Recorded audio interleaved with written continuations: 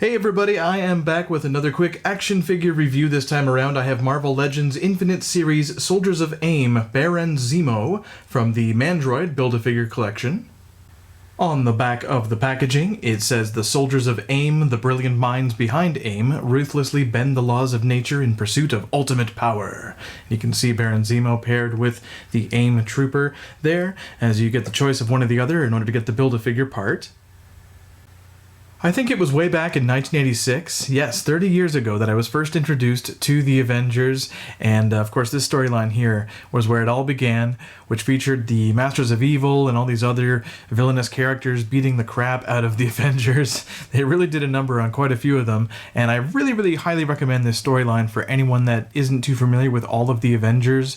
Of course, you gotta look at the 80s lineup. It's quite different than anything we've seen in the movies. Nobody's really heard of this Captain Marvel or the Black Knight or anything like that, but still I think it's cool. I think it's worth checking out the original storyline. My favorite one, my personal favorite issue, was this one in Final Battle number 277, which featured Baron Zemo right there fighting Captain America, and everybody's laid out.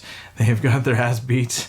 It was really great intense storyline, and I loved it. I loved every second of it, and this is really where I got into these characters, most of them anyway. Some of them were introduced to me by my cousin and other influences and whatnot, but this is really where it all began for me and the Avengers, and I still love these comics to this day. Now, as far as I know, Mr. Daniel Bruhl, I believe is how you pronounce it, he'll be playing Baron Zemo in Civil War. Here is the Build-A-Figure piece that came with Baron Zemo, the right arm of the Mandroid. Some very cool detail there in the hose that attaches this machine gun looking thing. Yeah, it's very cool. Very nice looking arm. And of course we'll have to get the rest of it to review that figure in full, but very nice detail so far. Fresh out of the packaging, this Baron Zemo action figure looks amazing. I am so happy with the way Hasbro put him together. Great paintwork, great design, great sculpting, wow. Great accessories as well. I think this would look really cool in anybody's action figure collection, even if you didn't know the background story of Baron Zemo. I really like the way he's holding his gun here. That's really cool. They kind of molded the trigger finger in such a way that it's pretty obvious that he's supposed to hold the pistol in that hand. Now his left hand is a little more open, it's a little loose, the sword there in his hand, and then of course you got the removable holster for his guns there, and that's cool. And on the back he also has that hole there. I think that's meant to help him stand up on an action figure stand. I'm pretty sure there's an action figure display stand or something that plugs right into Baron Zemo's back, and that'll help him stand up. So, but as you can see, the sword is kind of semi-loose there. It's not great. As I move him around, I'm going to show off some of the articulation, left to right, up and down, and that's about all the head will do here, but that's cool.